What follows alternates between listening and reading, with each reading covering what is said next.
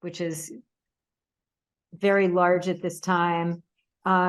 Eventually started publishing a magazine, doing grant making. So now, our mission is to lead for a just and thriving theater ecology. And what we're really interested in doing as an organization across all these different areas of our work is trying to address and dismantle and disrupt some of the longstanding inequities that have existed within our theater field, whether it's gender inequity, whether it's racism and racial inequity, whether it's marginalization of trans and non-binary practitioners or disabled practitioners. That work is at the core of what we're doing now. And at the same time, really trying to embrace the full ecology of theater, recognizing that we're a very diverse and very interconnected field. So we're based in New York. We have members all over the US. We do global work as well as the US Center for ITI, the International Theater Institute. We collaborate with the lab at Georgetown, and we share the International Theater Institute through an entity we created called the Global Theater Initiative. So as I talk to you, I realize that we're in a moment that gets dubbed a crisis, but I feel as if there's so much exciting work that's happening, and we have challenges that we need to address at all times. So I look forward to hearing, Nella, what questions you have for me and the rest, or just what conversation you want to have. Well, I also want to say that you just also relaunched the magazine, American Theater Magazine. Yes, right? we did. So that's exciting. The first issue this month after, not having a physical magazine in a few years. So that's exciting. So congratulations with that. So you've been the ED for 17 years now. Can you talk a little bit about how theater has changed in that time, and what were your goals at the beginning when you started your tenure, and what are they now? To my goals, when I was interviewing for this position, I was still at the Children's Theater Company. I so loved being there. Based in Minneapolis, a very large organization that dedicates itself to programming for young and multi-generational audiences, a lot of new work, a lot of cutting edge work. And when I was talking to the search committee at TCG, I said, I don't think if I were to come in and run TCG, my goal would be to say, keep TCG alive at all costs. I think the organization is in place now where we need to think about how we want to affect the ecology and the environment in which theater is being made. And I didn't know when I said that exactly what it was that we needed to work on. I thought maybe it's funding, maybe it's audience development, but what ended up happening is I entered TCG when there was an economic crisis, the crash of 2008. I came in 2007, so it was just starting. And also there was a rise in social media technology, smartphones, all those things that was an opportunity. So the first thing was really just to try to balance and figure out how to support the theater field through that time. But we did a strategic plan in 2011 where we named that the priority we had actually 3 priorities. One was we have to deal with the fact that our theater field still reflects the racism and the sexism and, all of the other isms that are within the society at large are getting replicated in our theater field.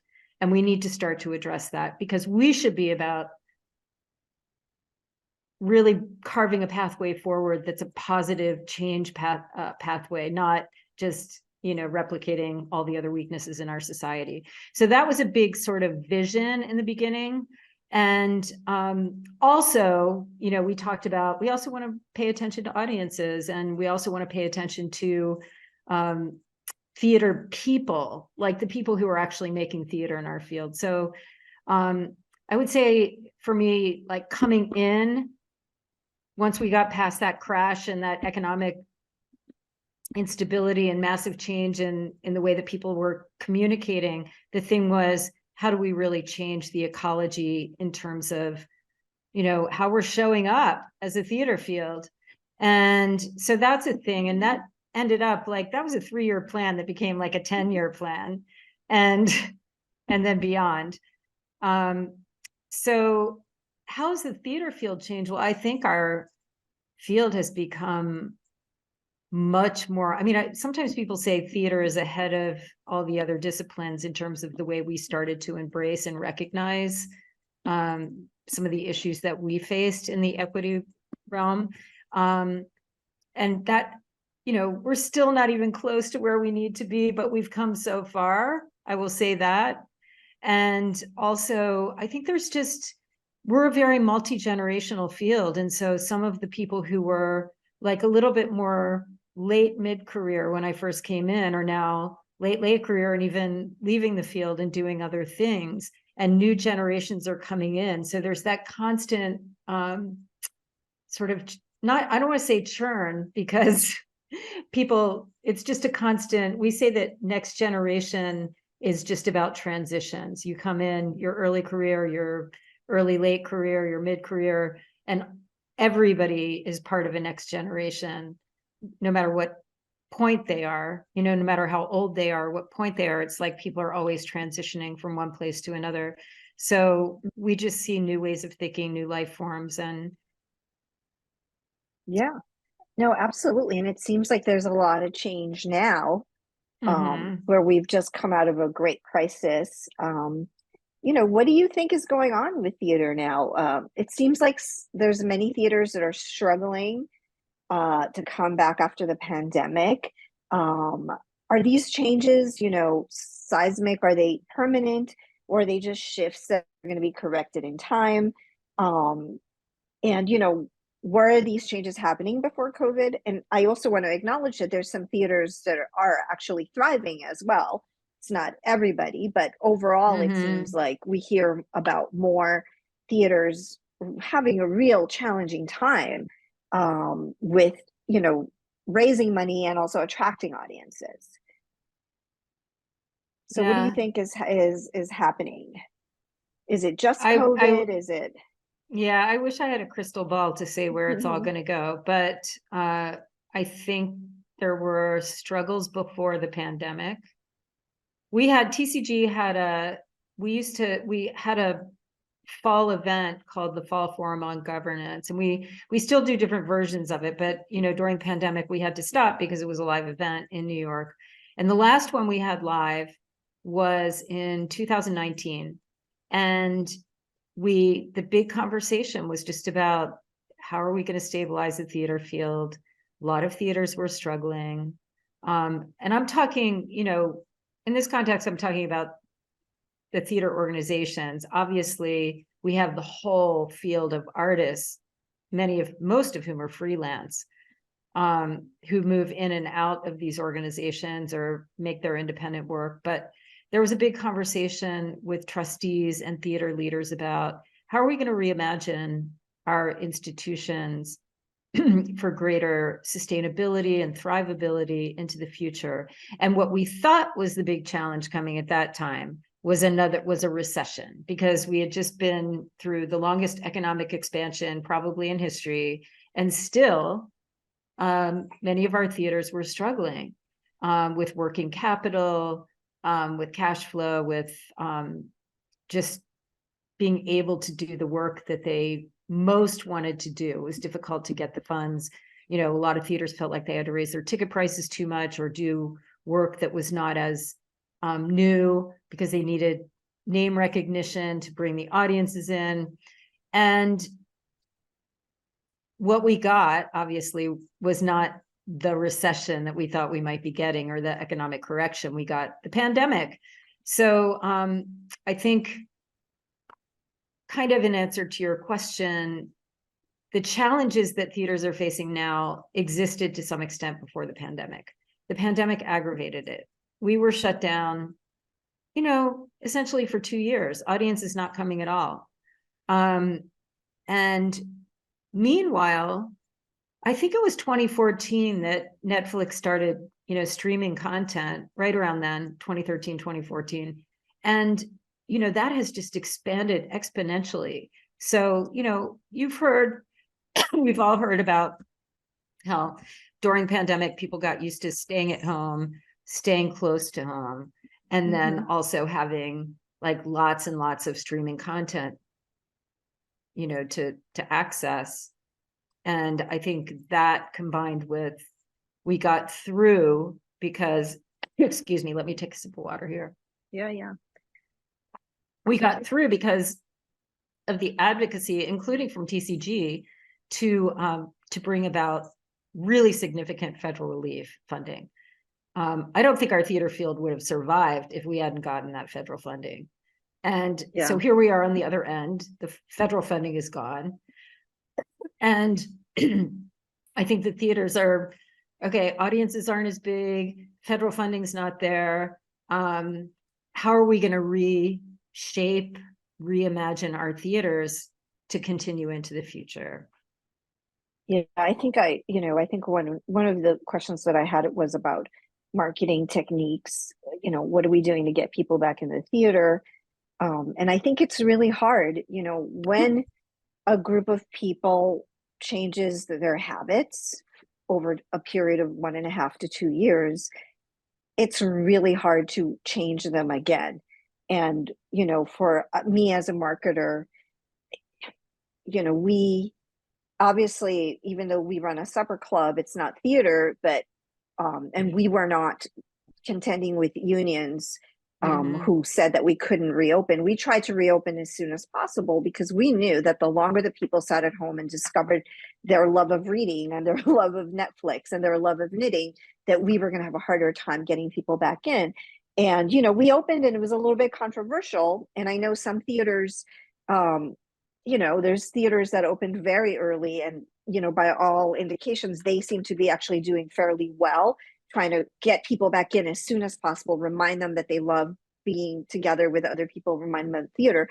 But, for, the answers to, what are we doing to get people back? I think you have to, really present a case that this is a value, that the night out will be worth them getting dressed and paying for parking and fighting traffic and, getting out of their comfort zone and leaving their house and be, contend with all of that. And it's really tough.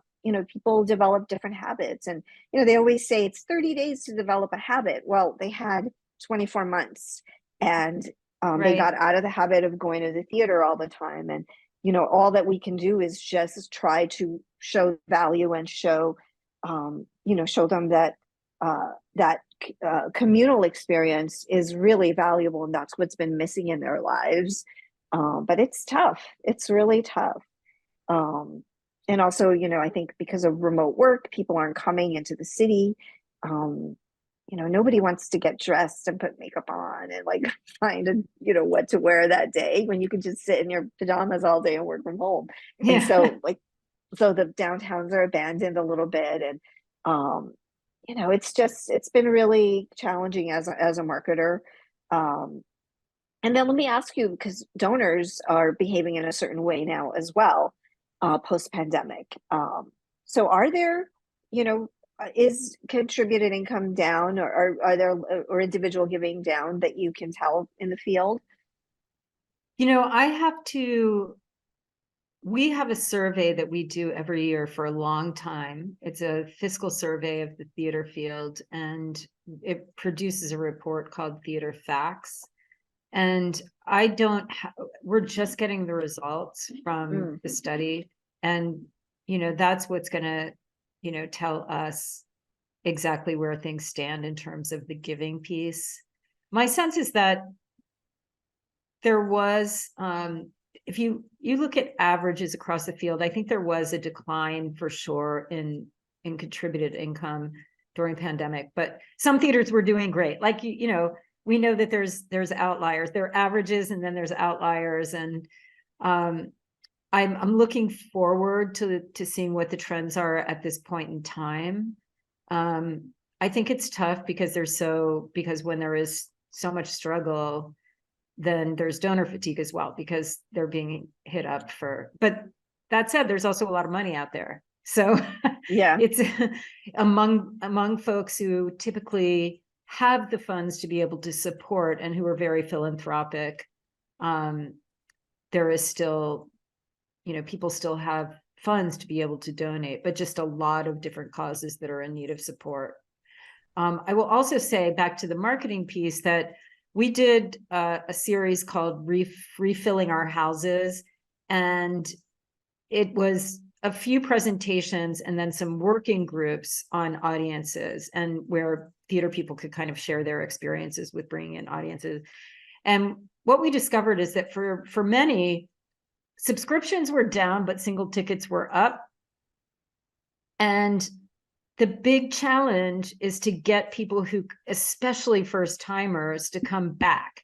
And so some of the really phenomenal strategies are happening around how to engage people very deeply when they're in your house, because, and, like somebody comes in, they're a first timer. There's ways to figure that out right when they enter the space. How are you making a relationship with them right then and there, and making people understand that this is unique? This is, you can watch Netflix all day, but you're not going to be making a relationship with anybody at Netflix. You're just going to be you and your screen, right? So that's very important. But I think funding, I think that I can't answer exactly, because like I said, I would love to see what the stats are coming out from this past year. But I think that many donors and supporters of different theaters around the country were extremely generous over the last many years, just to make sure that the institutions could stay alive, because once they're gone, building them back is nearly impossible, right? Yeah. I will say that the Broadway is by no means reflective of the theater field in general, but even things like, the average ticket on Broadway used to be bought about 23, 24 days ahead of time, and that's now 14 days or so. So people are buying later, which creates havoc for all of our cash flows. Prices are lower. They may be buying more tickets, but they're buying at a lower price point. So people are very price conscious right now. So there's like little things that, add up to an unstable condition for our theaters and our cash flows and our budgets. And somebody did ask whether this was a trend that was reflective in movie theaters, concerts, restaurants, etc. And I can say yes. I have a friend who's a big VIP in the movie industry, and it is, I mean, I don't know if you've been to a movie lately, but the theaters, other than Barbieheimer and Taylor Swift, the theaters are not very full. Concerts are doing mega business. High level concerts are doing mega business. Live Nation, who's the biggest promoter of concert, is having their best year in a history of concerts. Like, people are paying $800 to see Beyonce. So those big mega acts are doing well. The smaller ones, not so well. And then also restaurants are struggling. I also work at a restaurant because we're a supper club, and it's already before the pandemic, the profit margins for restaurants were razor thin. And now, because of inflation and prices gone up, like, eggs used to be like 7 cents and now it's $3 for that same box. So it's just, a crazy inflation. So yes, it's affecting everybody across the board. It's not just theater. We're reflecting what's happening in society, and we're trying to work our way out. Right. That being said, we're unique in what we offer. And I feel like if we could make people, like you said, it's experiential, it's an experience to come to theater where you're challenged and you're moved. And, trying to remind people of what we offer is and part of that. Yeah, I think some of I've heard anecdotally theaters talk about seeing more younger audiences than they had before. And sometimes I just think the more we become technologized and the more we're looking at screens all day, the more something live, something in 3D, something that's communal becomes really unique. And so Yep. I think, you know, to one of your earlier questions too, I think that part of this is just the runway, the time to be able to understand how we're going to evolve, how we can evolve to get to another place that feels a little more stable, and where we can understand what the reality of producing live theater is going to be in our communities in the future. But the other thing I sometimes say and think about and reflect on is I'm also a theater goer. And sometimes when I go to the theater, I think about how if I didn't work in the theater field, sometimes I would feel like everything's great because I'm seeing work that's amazing. And the audience, like maybe it's not 100% full, but I'm not really noticing that because there's other people around me and people are enjoying themselves and it's a really great experience. So I think, you know, what we're talking about right now is very much inside the industry, kind of like we know how stressful it is for people who are in this theater field, this ecology to navigate. And we haven't even talked about the individual artists, you know, the playwrights and the directors and actors and everybody who, for the most part, is working on a freelance basis. And so, and moving in and out of theaters, like how much work is there? A lot of theaters are doing smaller shows or they're doing, you know, revivals. And so how does that affect the artists? Yeah. Well, Yeah. let's talk about, since this is a group of women who are 40 plus, you know, let's talk about ageism in the theater. You know, are there statistics or even anecdotal information on ageism as a, you know, where with regards to staffing or writers?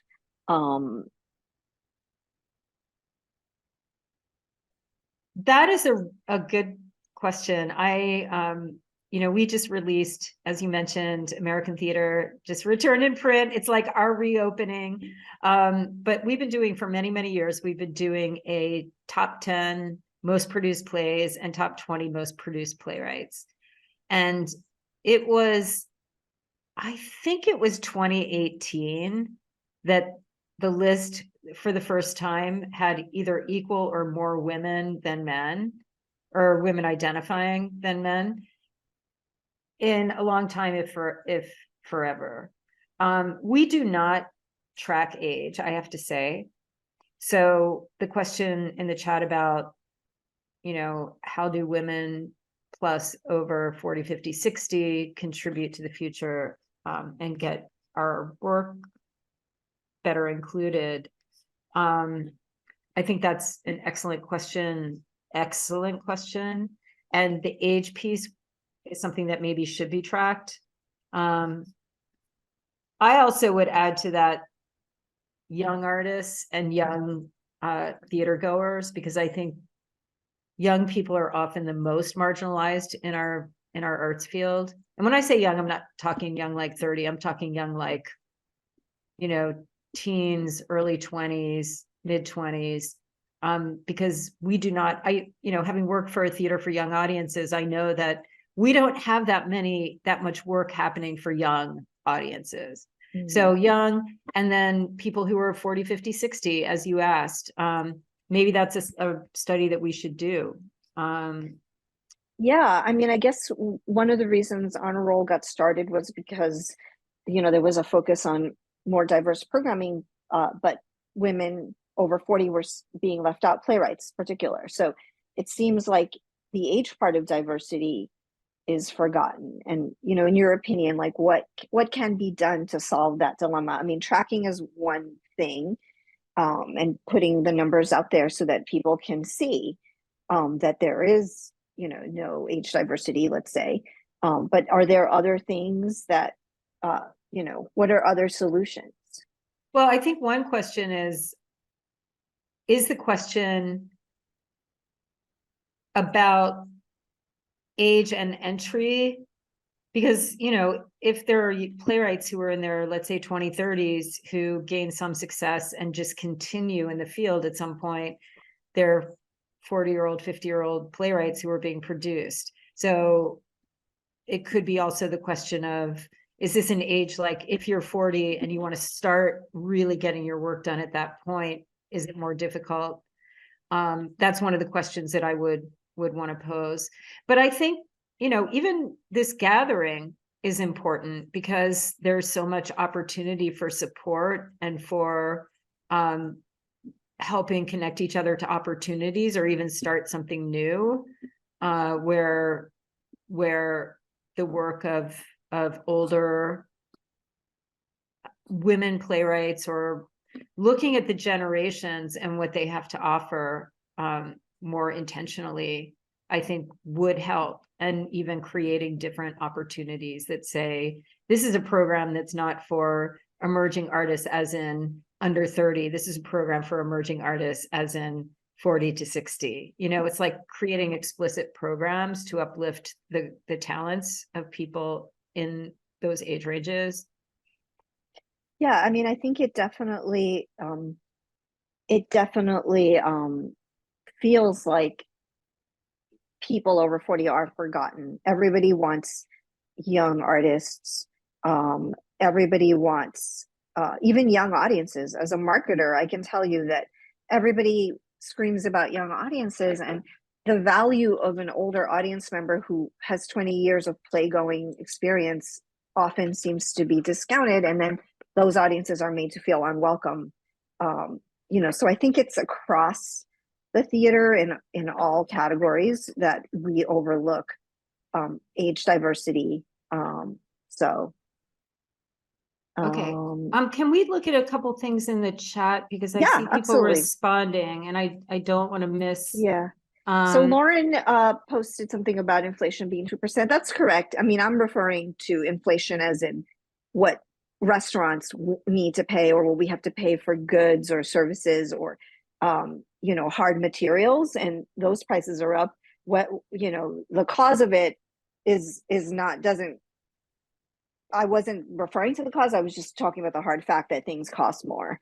So yes, you are right that in some cases people are just jacking up prices, like healthcare, but the cost of doing business is up for everybody. Yeah. Part of it, the cost of doing business in theaters was also up because of added COVID safety measures and all sorts of things that came up, and also there was a great reckoning about paying people, and so many theaters were underpaying staff at certain rates, so they've adjusted that, and that's great, but it's added to the bottom line as well. So, but you are right, Laura, that some of it is absolutely not inflation. I don't have time. I don't have time to discuss that. I was just talking about the hard costs. Yeah, and I just posted a link that is a survey we did about a couple months ago. And we were surprised because we thought people would say the biggest pain point, theaters would say the biggest pain point is audiences, but it came back that rising costs were the thing that was really killing them. And I talked to people, it is because of materials and to some extent labor. So I just, but it's an interesting study. And then Brooke, I just wanted to know, there is funding for emerging artists and less funding for mid-career artists, which is when many women feel the brunt of age. And I think what I was really trying to say is that I agree with that. And I think those emerging artists eventually are artists who are older. The question really more is, how are we addressing the fact that people who either start later, who are more mid-career, or who haven't gotten funding at a mid-career age, what's the solution to that? Yeah, I mean, I guess it is a question about theaters operate independently, and then there's the field as a whole as well, right? So are there things that can be when you work with the theaters as a whole, what kind of are you doing advocacy? Are you putting specific programs into place? How does TCG work in terms of the overall field to encourage different programs? we develop, for a long time, we've had partnerships with foundations and sometimes corporations or individuals to create specific grant programs to support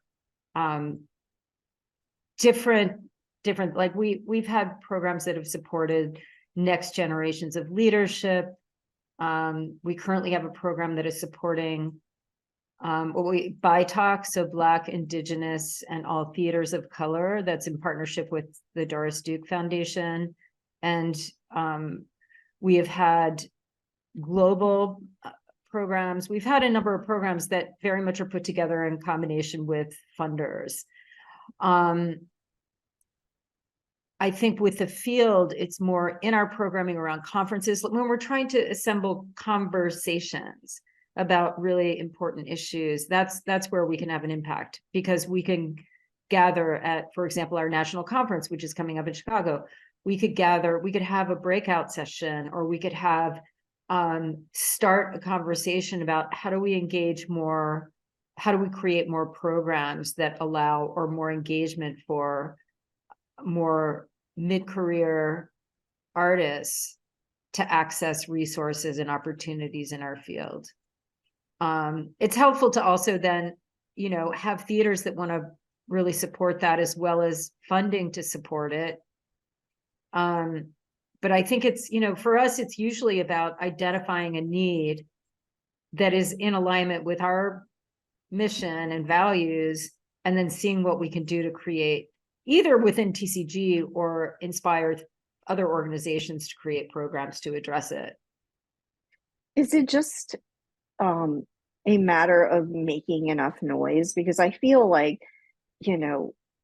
groups that make a lot of noise have traction moving forward sometimes. And I feel like, is it just a matter of getting more voices out there talking about this subject?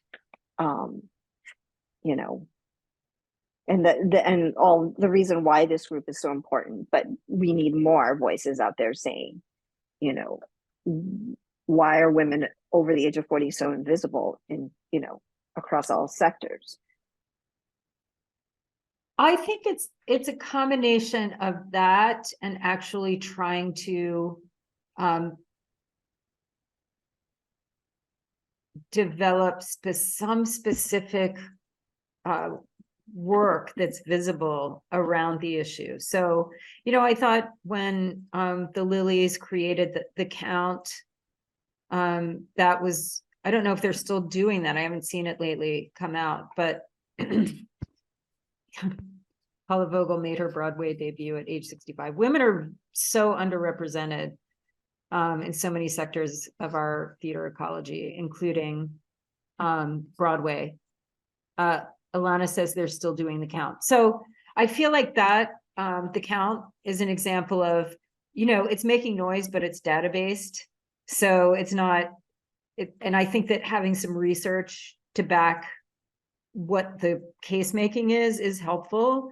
I think also having some actual programming to demonstrate that, there is so much talent and so much important, so many important voices in this particular demographic that are underrepresented and need to be heard. And so I think there's a combination of things within what you're talking about, and within, what strategies can be brought forward. I mean, just the existence of this group is an important step. But you've been around for a long time, right?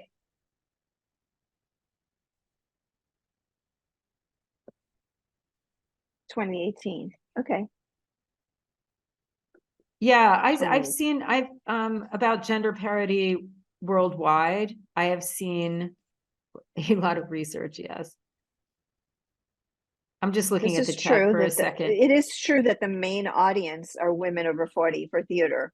And I agree with you, Julie. I've always found it really bizarre. The main audience for Broadway and for theater are women over 40. So, but we're not presenting plays by women over 40, which is, I've always found really incredible.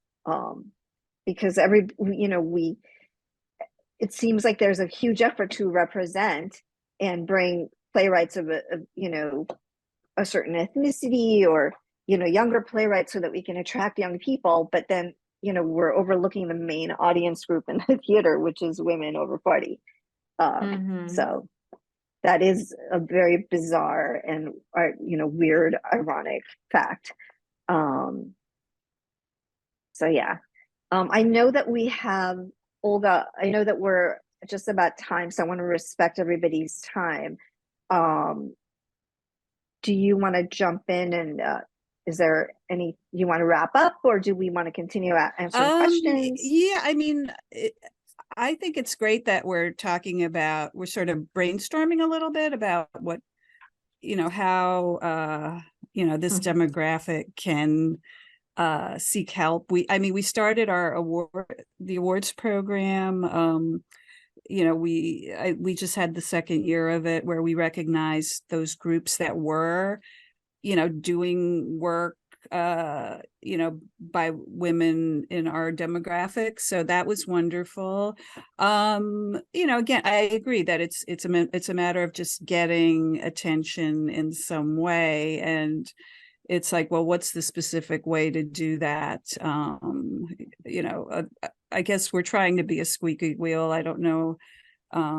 It just takes quite an effort to do that. So there are, whatever, and we're going to have our meeting. So I think we're going to be brainstorming some more ideas for things that we can do going forward. But Teresa, it sounds like you were, fascinated by this idea, or this subject, or possibility, or, because this particular group hasn't really been thought of. But it sounds like there was some, it's interesting to bring it out, because a lot of times I always found that whenever there were diversity programs that